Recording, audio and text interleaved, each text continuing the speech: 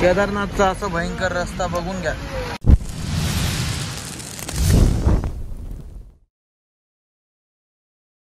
स्वागत आहे तुमचा सेकंड ब्लॉक मध्ये. तर इथं आपण मागे जेवण केलं आता आणि आता निघालो केदारनाथ, जे की इथून आहे 600-650 किलोमीटर. तर चला बघत राहा ब्लॉग.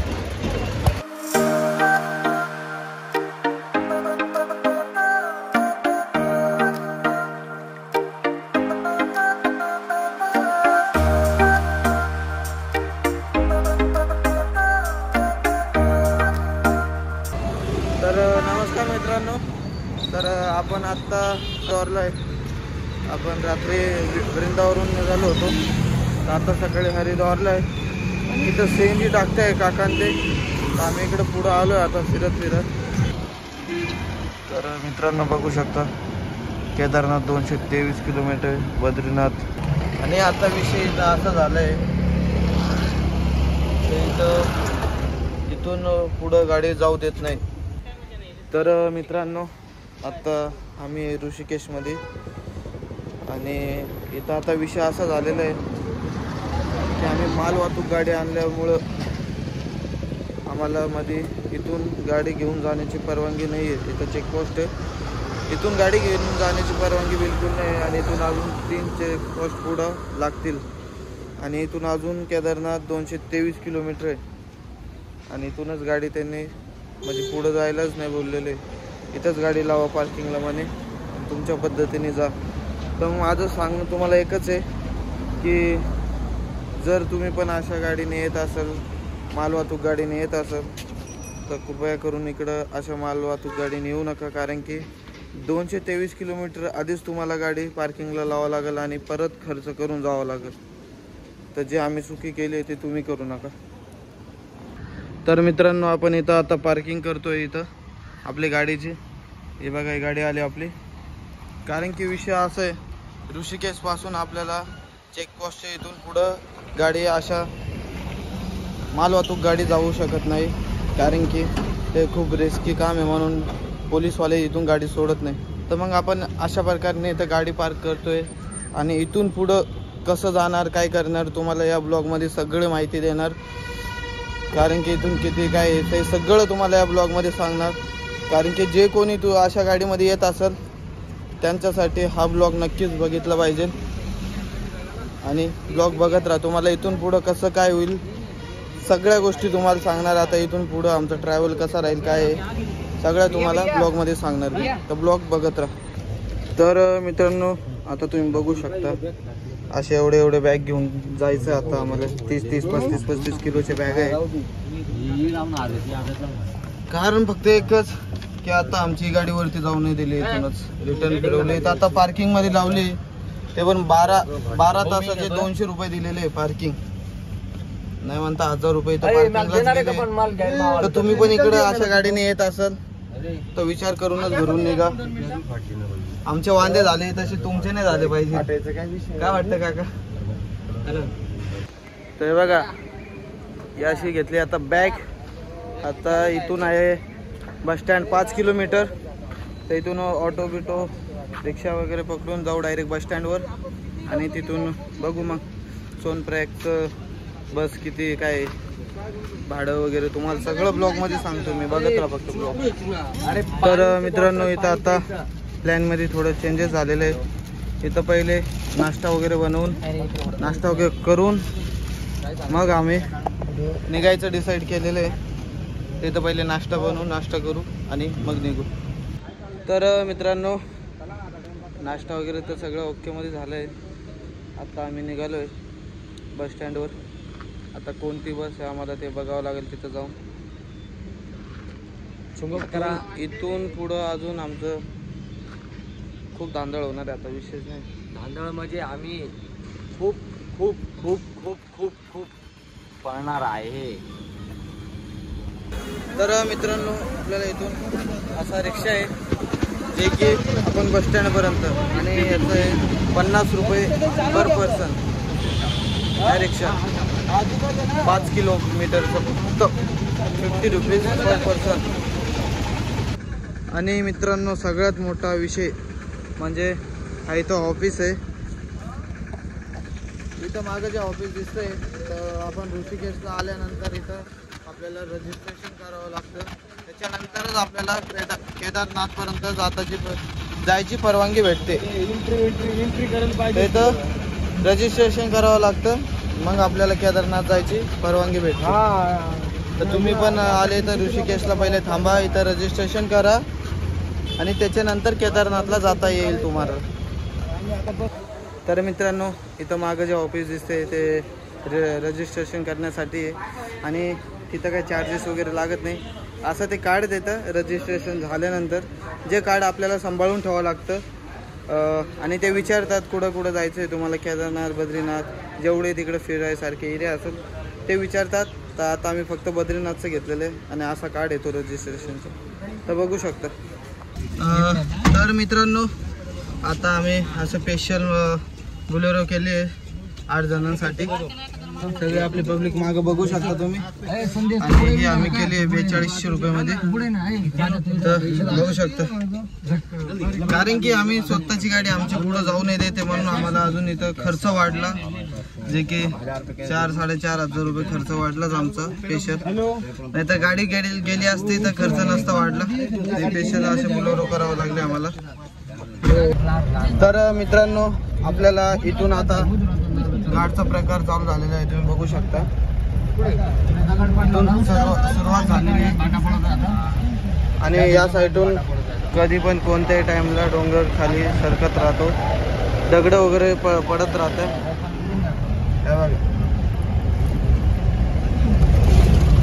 इथं काहीच नाही, अजून पुढे गेलेला भयानक डोंगर बघायला मिळेल आपल्याला. तुम्हाला ब्लॉग मध्ये कंटिन्यू दाखवत राहतो. ब्लॉग कंटिन्यू बघा.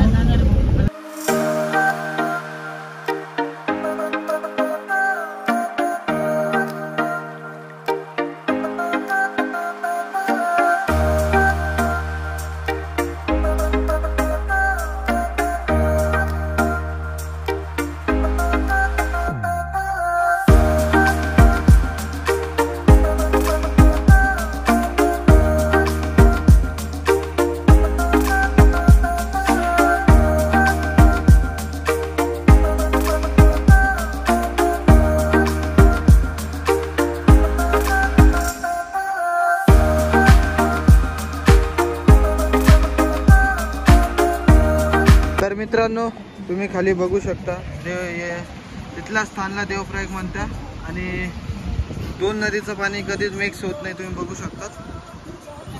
आणि इकडं पुरा गाव आहे वरती, हे बघा.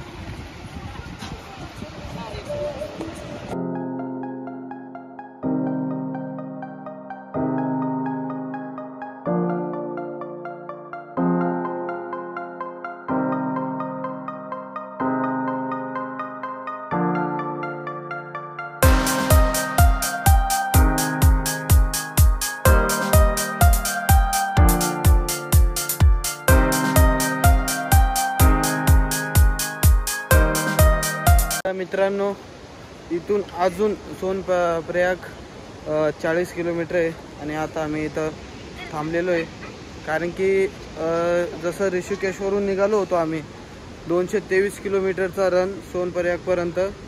पुरा इथून तिथून डोंगरातूनच रस्ता आहे पुरा आणि भलते ठिकाणी म्हणजे असे खूप सारे ठिकाणी दगडे वरतून पडेल होते, त्याच्याने खूप सारा टाईम झाला आम्हाला. काय म्हणता, आम्हाला आत्ता 4 ते 5 तास झाले प्रवास करतोय आम्ही. अजूनसुद्धा 40 किलोमीटर बाकी आहे. तर ब्लॉग बघत राहा. लवकरात लवकर आपण सोनप्रयागला जाऊ आणि तिथं सिच्युएशन बघू कसं आहे. अजून पुढं आपला फर्स्ट टाईम आहे, तुम्हाला माहिती आहे, तर ब्लॉग बघत राहा. आता जिथं आम्ही थांबलेलो आहे तिथला तुम्ही असा व्ह्यू बघू शकता, बघण्यासारखा एकदम नजारा आहे. तिकडे खाली नदी आहे, जे की खूप जोरात वाहताना नदी दिसते, स्वर्ग एकदम. इकडे डोंगर आहे, या साईडलाही डोंगर आहे, 4ही साईडनी डोंगर आहे आणि अशा ठिकाणी मधून रस्ता आहे, जे की एकदम बघण्यासारखा नजारा आहे.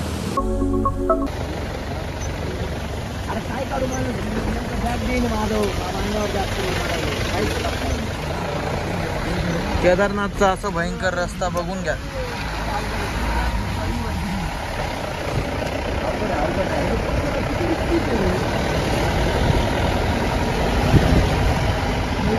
तर फायनली मित्रांनो इथं सोनप्रयागला आलो आहे आता. तर आता सकाळीच आम्ही 22 किलोमीटरचा रन करू वरती केदारनाथ मंदिर जाण्यासाठी. आता तर बघू पुढं स्टे करता येईल, बघू पहिले. चला बघत राहा ब्लॉग. मित्रांनो तुम्ही बघू शकता हे सोनप्रयागची अंधार घर.